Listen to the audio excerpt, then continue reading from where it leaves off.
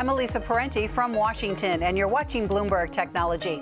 Let's start with a check of your first word news. Police say a gunman and at least one other person are dead after a man wearing a lab coat opened fire inside New York City's Bronx Lebanon hospital. Several other people are reportedly wounded. No word yet on a motive, but police say the shooter may have been a former employee. President Trump will visit South Korea this year. He accepted an offer from President Moon Jae-in after meeting him at the White House today. The president said U.S. patience is wearing thin on North Korea's nuclear and ballistic missile program. Iran denounces the partial reinstatement of the travel ban as a truly shameful exhibition of blind hostility and a measure that will prevent Iranian grandmothers from seeing their grandchildren in America.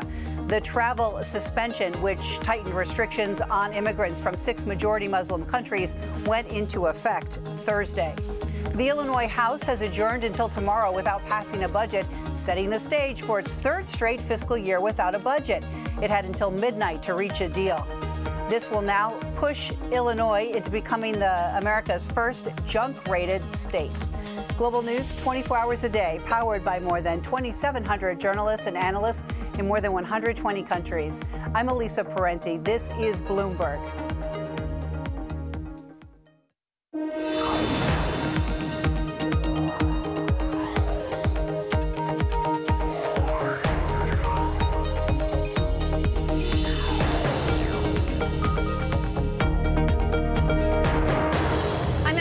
This is Bloomberg Technology. Coming up, a recap of tech's second quarter after stocks hit a snag in June. We'll dig into the sector's 3-month roller coaster, covering all the highs and lows.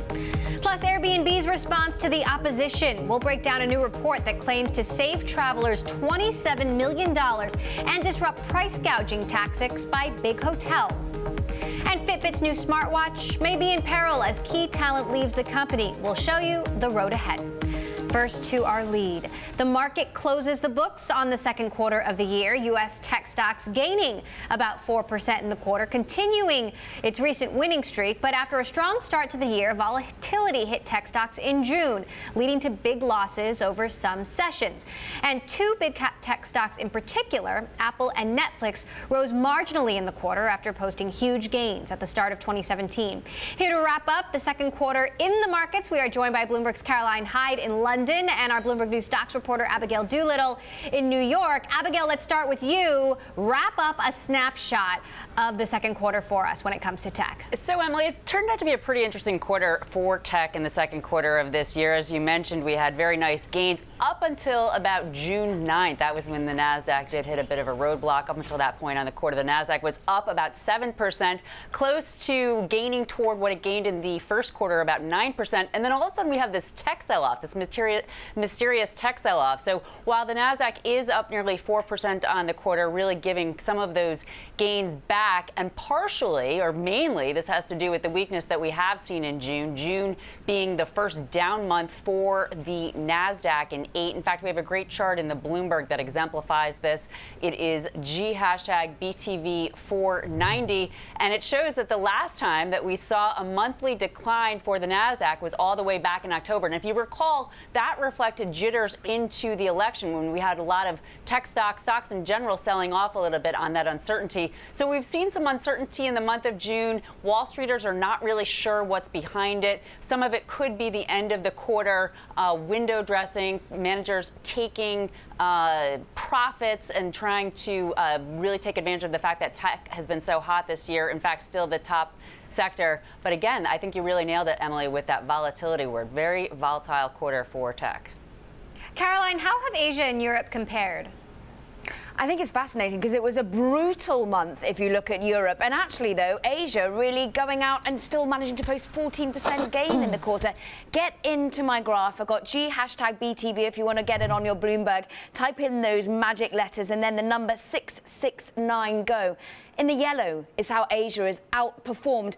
Great superlative coming from our producer, Tim, saying, look, if you check out Asia's index in terms of technology, we haven't seen this long a winning streak on a monthly basis This is all the way back in 1999. We certainly don't want to be seeing the sell-off that we saw in the year 2000. Meanwhile, though, in the white line, that's how much Europe underperformed the rest of the market. We had a brutal week. It was the worst week that we've seen since February 2016.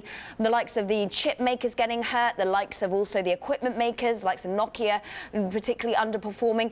But also on the month, it was down, and on the quarter, European tech stocks were down. Is it because, of course, they're actually still one of the key outperformers on the year to date? They are still up some 12%, Emily. Now, Abigail, biotech, interestingly, offset some of the losses in the FANG stocks and the chip sector. What happened there? That's an excellent point, Emily, indeed, because if it were not for the biotech sector, which had its best month in the month of June in quite some time, we could have seen much bigger losses for the NASDAQ, and perhaps the quarterly gain would not have been that great. Let's hop back into the Bloomberg and take a look at a chart that we have that shows this really quite well. This is G#BTV655. It's a year-to-date chart. In white, we have the FANG trade, and you see that until the beginning of June that it had been up, and away, and then all of a sudden there's declines. In blue, we have the SOX. Caroline had been talking about the weakness in chips. The same deal here. Look at the weakness there. In fact, the SOX has had its worst month in quite some time. And then if you take a look at, in yellow, the NBI, the NASDAQ Biotech Index, it had its best month since July of last year, up more than 5%. So big gains there. Behind those gains for biotech, Astika Gunwardena, a Bloomberg intelligence analyst, he has told me that there's a confluence of positive influences and data points, considering that data points for some of the biotech companies have come out very positive. That's driven the hope that there's some M&A. Plus, Emily, this sector had until recently been in a bear market, so it's a little bit of catch up in terms of investors going toward that growthier sector. But that's really been a saving grace for the NASDAQ, certainly in the month of June, and perhaps again for the quarter, really making that quarterly gain bigger than it would have been had biotech not been up in such a big way. Now, Blue Apron ending the second day of trading below its IPO price. On the other hand, Delivery Hero in Europe having an opposite and better kind of day on its first day of trading. Caroline, tell us what happened. Emily, what a sigh of relief for the European tech sector, because we get the biggest German IPO of the year. It is Delivery Hero. It's how you get your food delivered via an app, and it actually rose on the first day of trading. Thank goodness. At one point up almost 9 percentage points, and clearly therefore a $5 billion market cap, pleasing the investor base, who I add, one of them, main one, Rocket Internet, who owns 34%. Big sigh of relief for that company and its own shareholders. But it's interesting, the size and scale of Delivery Hero, because actually it's much bigger than its rivals in terms of the amount of restaurants it has. Interestingly, Delivery Hero has 42 markets that it's in, 150,000 restaurants. That's about 3 times the amount of restaurants that Just Eat has, and 3 times the amount of restaurants Grubhub has, and certainly more than Just Eat has. And I want to show you comparisons of how Delivery Hero now probably hopes it's going to beat out its rivals in terms of stock performance as well. Get in your Bloomberg, type in G#BTV658. You will see how the peers have currently performed since they went public in 2014. In the blue line, you're looking at Just Eat. That's a UK food delivery company, again via an app. We've seen it really outperform. It really has jumped up, some doubling since April 2014. But you've seen also the likes in the white of Grubhub doing really particularly well, up 2/3. So I'm sure Delivery Hero, the German company, is rather hoping it can see those sorts of escalation in its share price and market cap too. Now, Abigail, Blue Apron investors seem to have gotten the jitters with the Amazon Whole Foods deal. Is Blue Apron going to have to raise money some other way? That's a great question, Emily. So Blue Apron, as you mentioned, trading below its IPO price of $10. Initially, the talk on this IPO was well above $15. The bankers slashed it, perhaps the Amazon Whole Foods deal, but plus just the idea that perhaps this company wasn't ready to go public. Some market watchers are saying that perhaps early shareholders pressured the company to go public at a time that perhaps it should not have, represented by the fact that the price came down. Time will tell, but right now they have cash for about a year, so it would seem that they may in fact have to raise capital relatively soon because that IPO price was lower than initially expected a few weeks ago, Emily. A rough turn there, and certainly a tale of 2 stories from the company that Caroline was talking about. Indeed. All right, Abigail Doolittle, our Bloomberg News stocks reporter, Bloomberg's Caroline Hyde in London. Thanks so much for giving us that roundup on the quarter that was. Coming up, Airbnb says it will save customers at least $27 million this holiday weekend in the United States. We'll get the details from Airbnb's head of global policy, Lehane, next. And Bloomberg Tech is live streaming on Twitter. Check us out at Bloomberg Tech TV, weekdays 5 p.m. in New York, 2 p.m. in San Francisco. This is Bloomberg.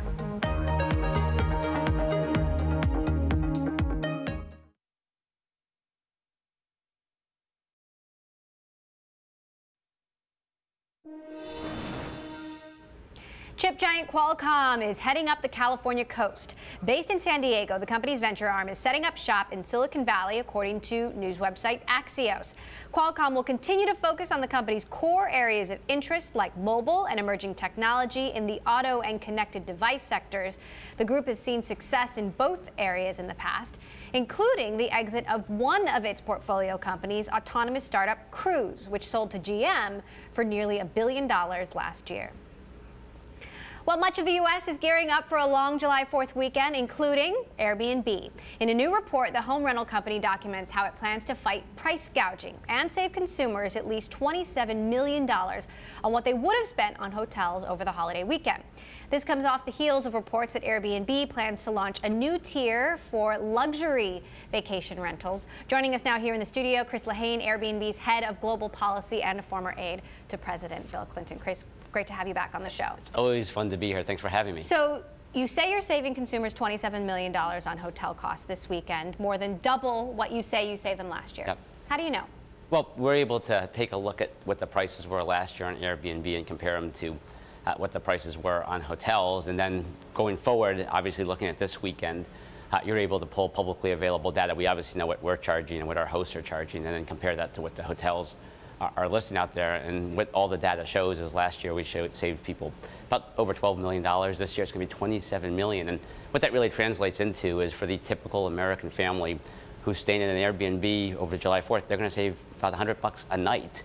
And that's real money. We talk about how our platform democratizes travel, makes it more accessible to the middle class, and particularly families. That's actually how I discovered Airbnb. I have, like you, I have a couple boys, and back in 2013, we were traveling, and I stumbled across this Airbnb as a great way to take a family. You get a kitchen. If you're like my boys, you definitely need a washer and dryer, right, to clean the clothes. You get free Wi-Fi. It all comes with the package, and it's one of the. I think it's part of why our value proposition is so compelling to folks. Now, this is part of a broader campaign. You're taking a more aggressive tact against hotels. Airbnb has this reputation of being the nice company. Why take on? We definitely bring a pillow to a knife fight at Airbnb. But this is a little more aggressive. But what it really is just really trying to drive the consumer comparison for folks, right? I mean, earlier this year it came out that the hotel industry was mounting a massive effort at every single level to really go after the Airbnb middle-class hosts. And there's a reason for that, and it really gets down to something called compression nights. And compression nights is a technical word in the hotel industry where they purposefully try to limit supply. So on busy weekends like a July 4th or busy events like a major sporting event, they can jack up the prices. And they themselves have actually acknowledged this. You don't even have to read our report. Just look at some of their public comments. A guy by the name of John Bortz, who was one of the former heads of AHLA's political wing, runs the Kimpton Hotels. And at one point in time, he said that the reason they're concerned about Airbnb is it's impacting the hotel industry's ability to, quote unquote, gouge consumers. That's his own words as a representative of the hotel industry. And so we do want to draw this comparison because it's really important to those families who are traveling. You save money on Airbnb. Speaking of the American Hotel and Lobbying Association, as you say, they're not going away quietly, and they say that it's not a level playing field in hospitality, that they have to spend millions of dollars to renovate their buildings. They have to spend money to accommodate people with disabilities. They say that it's not fair. What's your response to that? You know, I always love this conversation. So first of all, right, we're in this middle of this conversation about economic inequality and the middle class. You know, typical American middle class family is about $4,000 behind from where they would have been otherwise with typical growth rates. Typical Airbnb hosts, the vast majority of whom are middle class, are making about $6,000 a year, helping to close and actually overcome that gap. Doing that all without a single payer of taxpayer dollar being spent to create that opportunity. And even more than that, about a year ago, we made a pledge because the hotel industry was talking about this. We said, hey, we want to pay our community's fair share of taxes. Since then, we've put in place 250 tax agreements in the U.S. Almost 60% of all our hosts are being covered by tax agreements. And the great irony of that is the hotel industry a year ago was calling on us to pay taxes. Now they're actually opposed to us paying those taxes. because they realize that we are committed to trying to make this work as well as possible for everyone. And at the same time, the whole focus on the tax conversation has also created a focus on the fact that this is an industry, the hotel industry, that has historically gotten massive tax breaks to build and locate and come to different cities. $600 million in Los Angeles over the last couple of years. And so I think, as we get into this conversation, it ultimately comes back to a value proposition conversation. We're a platform for the middle class. We're a community-based platform. And we have an incredibly compelling message when it comes down to it. What about their point about people with disabilities? Because this has been another complaint about Airbnb. Rutgers published a report. Talk to me a little bit about that. Yeah, look, we're a platform that's 8 years old. We're constantly looking to evolve and put things in place.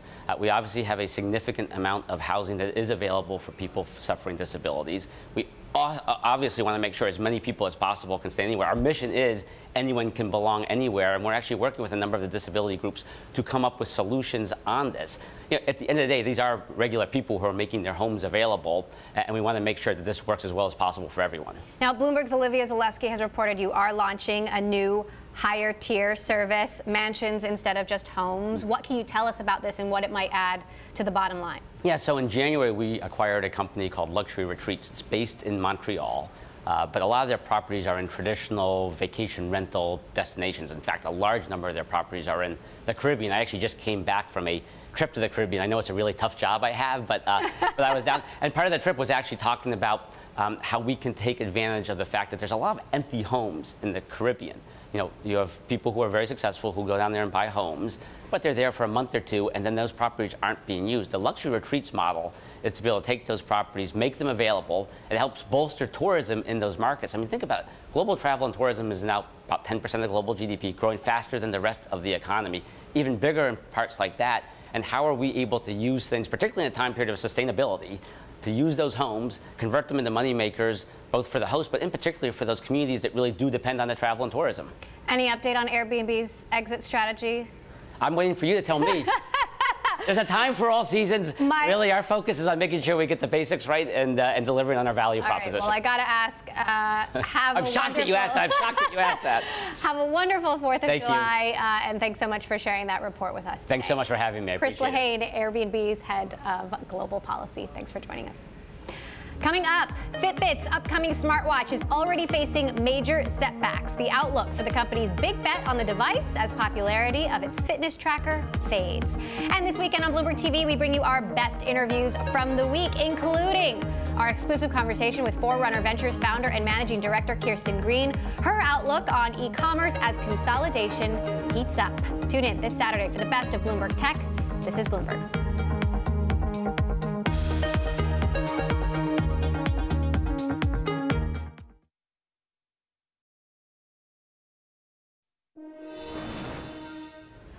In today's funding board, we're looking at South Korea's Kakao. TPG is leading a $437 million investment in a ride-hailing startup to be spun out of the social media giant. This effectively throws its weight behind a competitor to Uber, which the private equity firm also backs.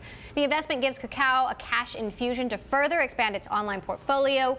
The spin-off, to be called Kakao Mobility, aims to roll out new services, including corporate taxis, parking, and automatic payments. Well, the global wearables market is expected to grow about 20% this year, with over 125 million devices expected to ship. This according to researcher IDC. Now, a company vying to capture some of that market share is Fitbit. The San Francisco-based company is betting big on its upcoming smartwatch as popularity of its fitness tracker dwindles. But the company may already be facing major hurdles with its upcoming device, months away from its debut, putting the company's most important product in years in peril. Joining us now from New York, Bloomberg Technology reporter Selena Wang, who covers Fitbit. Selena, tell us what you've been finding out about this particular unit. So Fitbit has a lot riding on this new smartwatch as part of their turnaround strategy, as their core business has been really struggling. But I've been learning from sources that they've just been facing one hurdle after another. They had originally been planning for a spring launch, which has now been pushed to the fall because of issues with figuring out the GPS tracking, with making it completely waterproof. And now I'm hearing that from these sources that they may not be ready to have an app store in time for the launch, which is something that James Park has been talking about for a long time. Now, this app store is a pretty key component of the smartwatch, given that it makes it more useful for consumers, and it's something that its competitors are going to have. What are employees saying about the product's prospects? You know, sources are telling me that there's a lot of skepticism internally that this is going to really match up to the competition.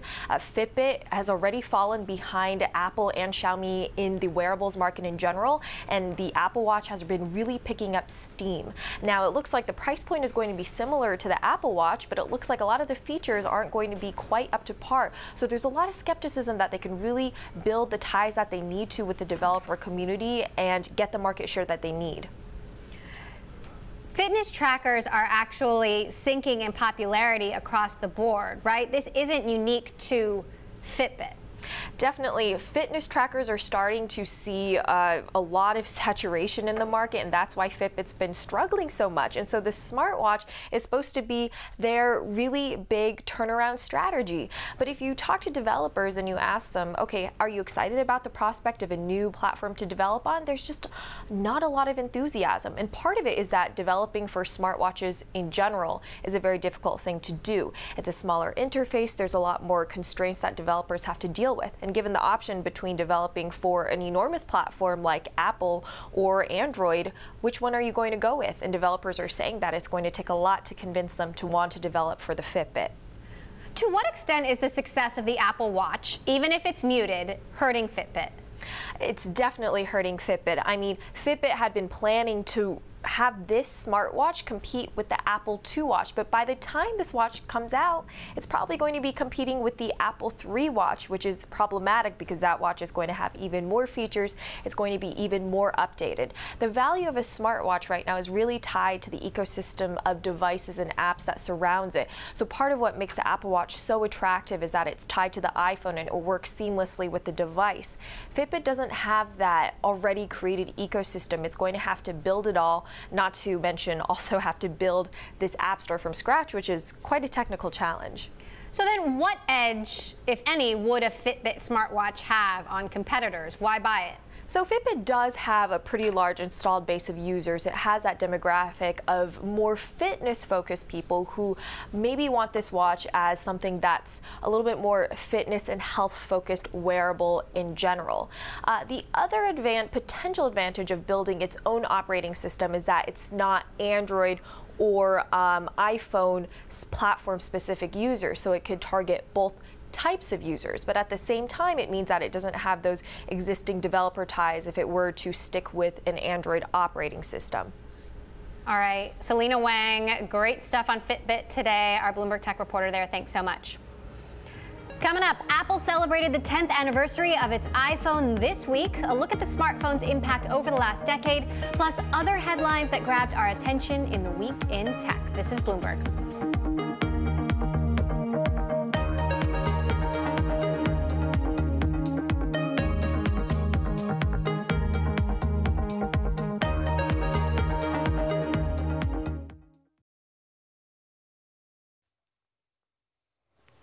I'm Elisa Parenti in Washington, and you're watching Bloomberg Technology. Let's start with a check of your first word news. Police say the gunman and at least one other person are dead after a man wearing a lab coat opened fire inside New York City's Bronx Lebanon Hospital. Several others have been wounded. No word yet on a motive. Police say he may have been a former employee. President Trump says a change of tactics is now necessary for dealing with North Korea's nuclear and ballistic missiles programs. He spoke today alongside South Korean President Moon Jae-in at the White House. The era of strategic patience with the North Korean regime has failed. Many years, and it's failed. And frankly, that patience is over. Trump also said the U.S. is renegotiating what had been a rough trade deal with South Korea. Meantime, next month, the U.K. and U.S. will open negotiations on a trade deal. President Trump has told U.K.'s Prime Minister Theresa May it will be able to keep trading with the U.S. on at least the same terms as it does now. Russia's foreign minister hopes that, quote, pragmatism will prevail at the upcoming talks between President Vladimir Putin and President Trump. Both are expected to meet on the sidelines of next week's G20 summit in Hamburg, Germany. And Germany has joined other EU nations in legalizing gay marriage. Lawmakers approved the legislation after Chancellor Angela Merkel unexpectedly dropped her party's traditional objection to same-sex unions. UN Secretary General Antonio Guterres says progress has been made, and it's been slow, though, in talks to unify Cyprus. It was split in 1974 when Turkey invaded. Guterres arrived in Switzerland on the third day of talks and says outstanding issues remain. All participants have declared that they are here to find a solution. They have also demonstrated their own awareness of this historic opportunity and the responsibility they share for a successful outcome. And I call on the leaders and the other participants in the conference to heed the call for peace of thousands of Cypriots at rallies on the island this week. In France, former presidential candidate Marine Le Pen has been charged with misappropriation of funds. The National Front leader and other party members are accused of improperly paying aides with funds from the European Union. Global News 24 hours a day, powered by more than 2,700 journalists and analysts in more than 120 countries. I'm Elisa Parenti, and this is Bloomberg.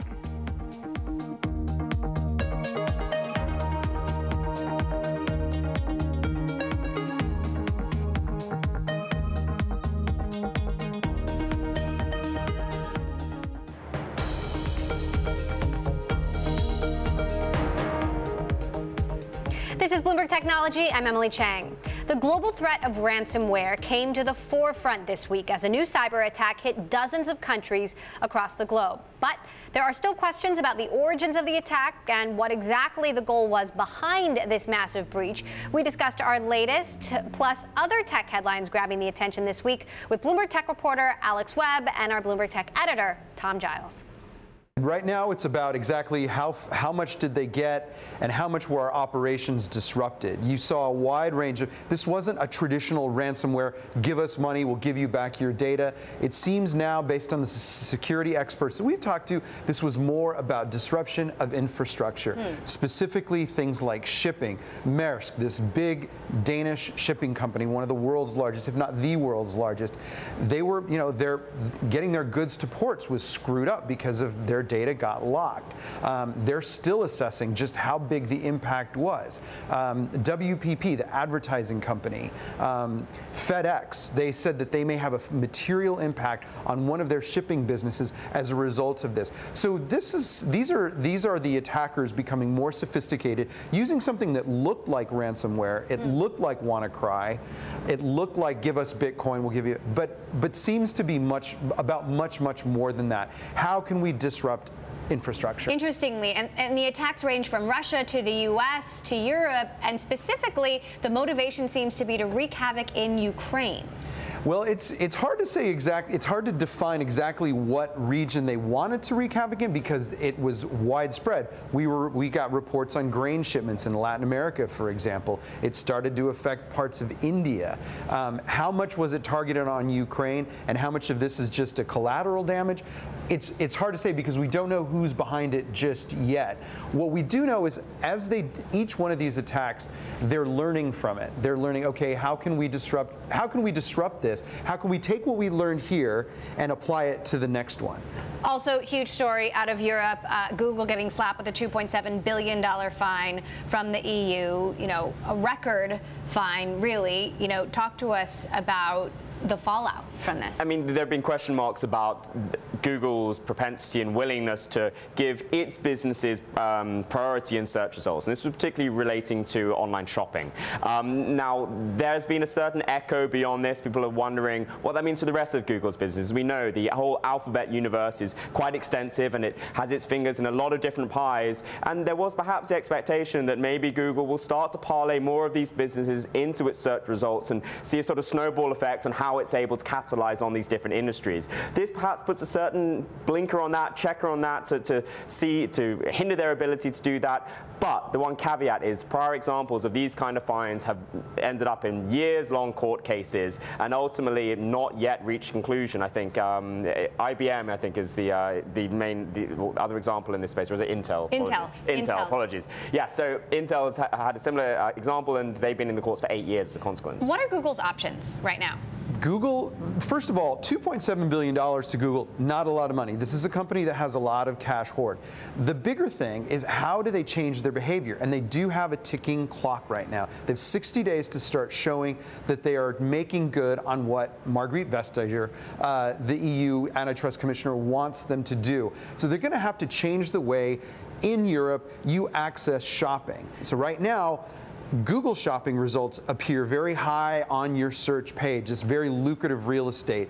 Other shopping comparison sites are much lower. So Google has the option to kind of bring those up a bit, maybe give them more prominence without charging those shopping sites. On the other hand, they could kind of go back in time. We talked about, you know, the 10 blue links from 10 years ago and beyond. Do you just take it and sort of take away the prominence that you're giving to your own sites? My sense is that they're going to do something, some sort of a compromise where they give their own stuff prominence, but also start to elevate some of these other shopping comparisons. And of course, there are other investigations ongoing, specifically one pertaining to Android that we will be watching.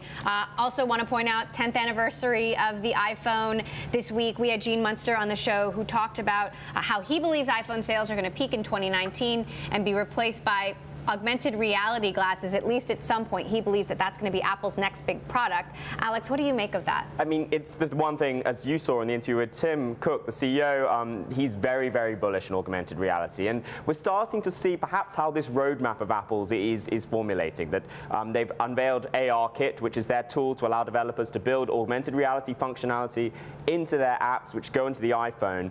And that suggests, and we've reported that Apple is working on some glasses, some smart glasses of some sort, which perhaps could surface over the next couple of years. But it builds a kind of runway towards that. If they can have a whole palette of augmented reality software going into their hardware, with their already existing hardware, it sets them up quite nicely for something a couple of years down the line. The thing is super interesting with the 10-year anniversary. I think there are two elements here. It's the constant question, what's Apple's next big thing? 10 years after the iPhone, there's still it still accounts for something like 63% of their total sales. Now, the other thing you've got to think about with the iPhone, I think this is one thing that maybe people don't talk about as often as they ought to, is that Apple's ability to keep the iPhone priced as a premium product is one of the things which massively changed the technology industry. If you think about PlayStations and consoles of the past, their decline over 3 or 4 years in price, and then the next one will come along and they'd prop it up a little bit. Well, Apple was able for year after year after year to keep the average sales price for the iPhone increasing. There's whispers that the next iPhone could be priced above $1,000. Given the first iPhone was $500, that's quite a remarkable trend. So what's in store for the next 3 years of the iPhone? I know we're expecting a new redesign this fall, but then what next? Well, people talk about a super cycle, right? Every 2 years they come up with a new flagship iPhone, and with each time there's a little new fillip and boost it to sales. Now, the iPhone which comes later this year, there is an expectation, or at least a hope from investors that that is the case. The ability then to add some sort of iterative or incremental improvements for the next generation will prop it up, and perhaps by then they will be ready to unveil their huge AR product if there is one. That's the kind of ramp which I think investors are hoping that the whole product development is leading towards. That was Bloomberg Technology's Alex Webb and Tom Giles.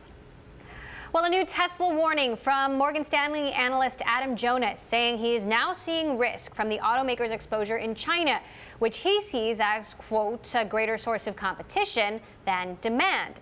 Jonas was a perennial Tesla bull, but downgraded shares in May on the threat of competition from larger tech companies, including Apple. He reiterated that downgrade after our exclusive interview in which Apple CEO Tim Cook elaborated on Apple's ambitions when it comes to cars. Coming up, space startup Planet claims it now has the largest operating fleet of satellites in the world, with over 140 of them in orbit. We'll hear from CEO Will Marshall on what's next for the company, and check out TV Go, our new interactive TV function on the Bloomberg. You can watch us live. If you miss an interview, you can go back to it. You can send our producers a message, play along with the charts we bring you on air. This is for Bloomberg subscribers only. Check it out at TV Go. This is Bloomberg.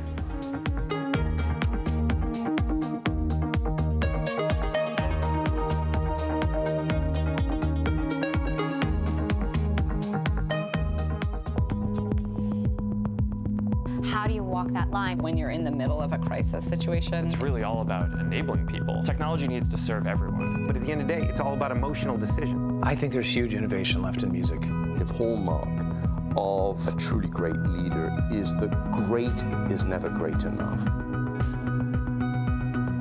For us, it's not about being first, it's about being the best.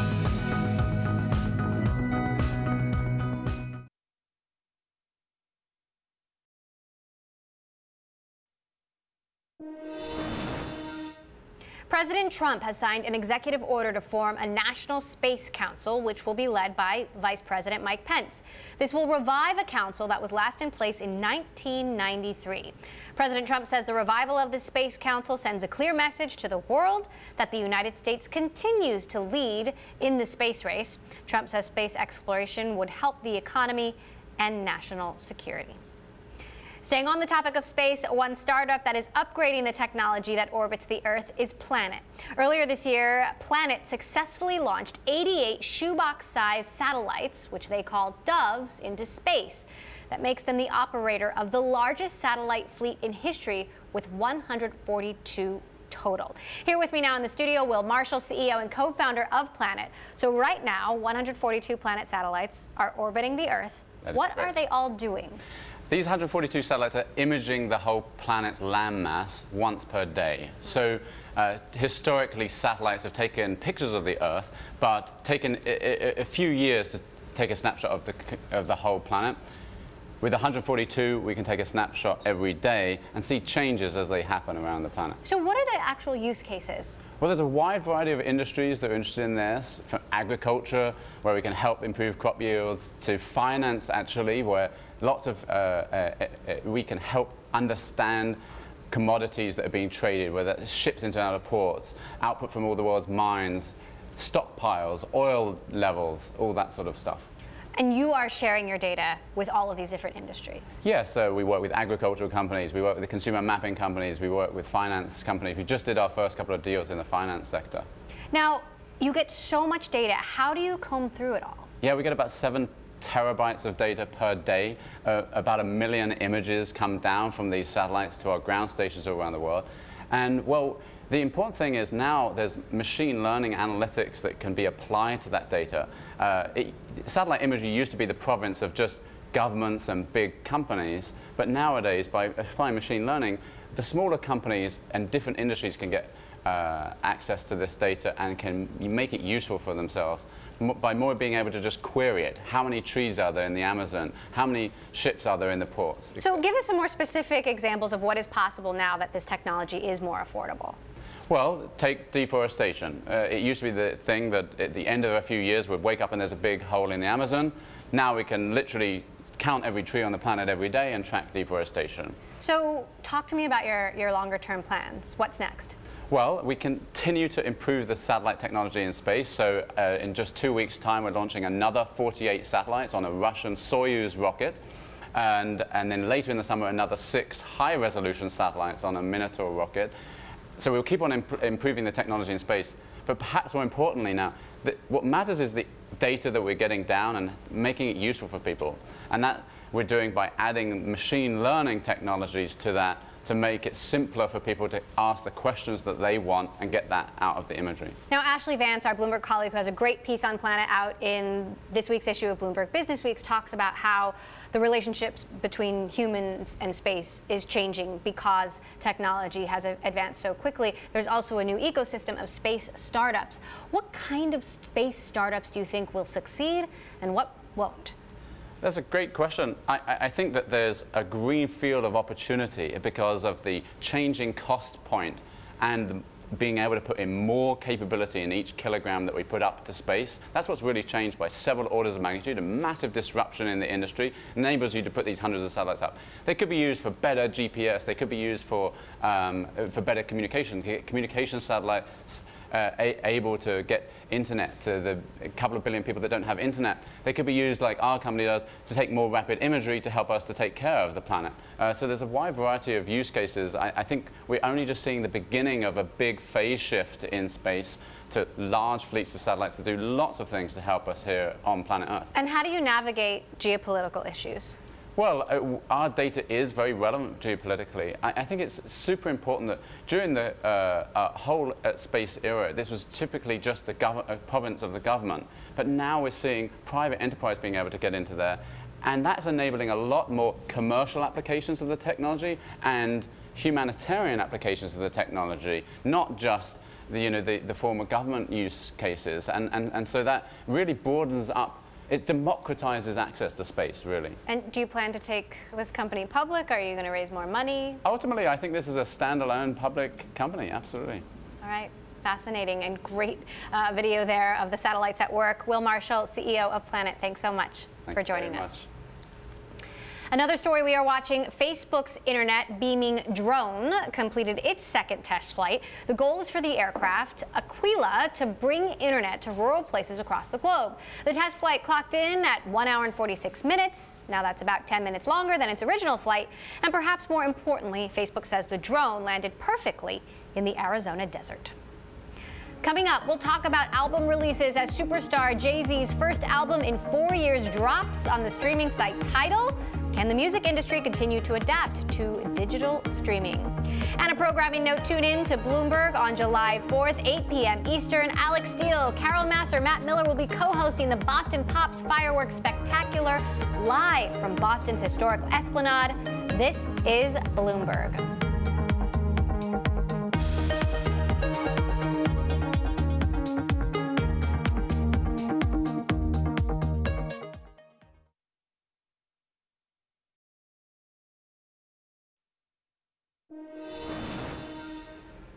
Rapper and entrepreneur Jay-Z released his 13th album, the first in 4 years, on his streaming service Tidal. It will be exclusively on the platform. Now this has become the new norm for artists like Kanye West, Beyonce. But how does this practice impact others in the music industry? David Israelite, National Music Publishers Association CEO, spoke with Bloomberg's Vonnie Quinn and Anna Edwards. The music industry has experienced growth the last few years, mostly because of streaming services. We really have become a streaming industry in everything but name. I think the economics still haven't been worked out properly so that songwriters and artists are getting a fair share. But the growth in streaming is definitely saving the industry. How much more of a share do artists and songwriters need to get, David? And how far are you down the track of persuading the streamers to make that happen? Well, we're a ways away. The problem for songwriters is, unfortunately, they're not in a free market. They don't get to negotiate the value of their songs with these services. It's regulated by the federal government. But I think it will improve in the near future. And I'm just excited to see so many companies invest in the music business by wanting to enter the streaming market. Well, there are two ways to look at it, right? I mean, Tidal entering, nobody wanted to embrace Tidal in the beginning. None of the artists were that interested because it wasn't doing so well, because Spotify, Pandora, all these other services had already taken market share. Now, the artists are signing exclusively to a particular streaming service. Down the road, that could be really, really bad for the artists that aren't big names, no? Well, I think you're going to see a lot less of the exclusives on one particular streaming service. And in fact, even the Jay-Z album, a lot was made about it being exclusively on Tidal, but I think that's only for a week. I think the trend is that you're going to start seeing this music on all the services. And it's great that you have so many large companies want to be in this space. I mean, 3 of the 5 largest companies in the world, Apple, Amazon, and Google, operate music streaming services. And then you have other companies like Spotify, like Pandora, like Tidal. And so we don't mind lots of competition. What seems to be the most important part of this is that consumers are embracing the idea of paid streaming. And if that's done in a high enough volume, then the decline of the sales models isn't really going to be the problem that people thought it was, because there's going to be growth opportunities with paid streaming models. Before paid streaming models, David, took off in the way that they have, and whilst we witnessed the decline of physical music sales, live events sort of stepped up, didn't they? And artists were getting more money from those. Is that something that we still see happening? And what's the share of their incomes that comes from that side of the business at the moment? Very much so. For an artist, the live performance revenue is a significant part of the equation. Unfortunately, for many songwriters, they don't perform live, and so that's not an income source for them. And so I'm very happy to see the growth in the streaming, and in particular, the paid streaming model, because there's a huge difference between services like YouTube and the Spotify free service in terms of the economics versus the services where the consumer actually pays. So, David, you seem to be happy with everything so far. So what are you writing to President Trump about? Well, I'd like to see the prices that we get paid from these services actually negotiated in a free market. You know, you've got giant companies like Amazon that sells Prime memberships and Echo devices, or Apple that sells phones, or Google, as we've just learned from Europe, sells everything. And the music is an important part of these companies' ecosystems. And unfortunately, the amount of money that they're sharing with the creators isn't proportional to the value of the music to their companies. David Israelite there, National Music Publishers Association CEO on Bloomberg Markets. And that does it for this edition of Bloomberg Technology. We will be back on Monday, just ahead of the 4th of July holiday. James Chalkbach with Moniz Crespi and Hart will be on the show discussing his latest report on how Amazon may be eyeing the restaurant industry. And Bloomberg Tech is live streaming on Twitter. Check us out at Bloomberg Tech TV weekdays, 5 p.m. in New York, 2 p.m. in San Francisco. Have a wonderful weekend, everybody. That's all for now. This is Bloomberg.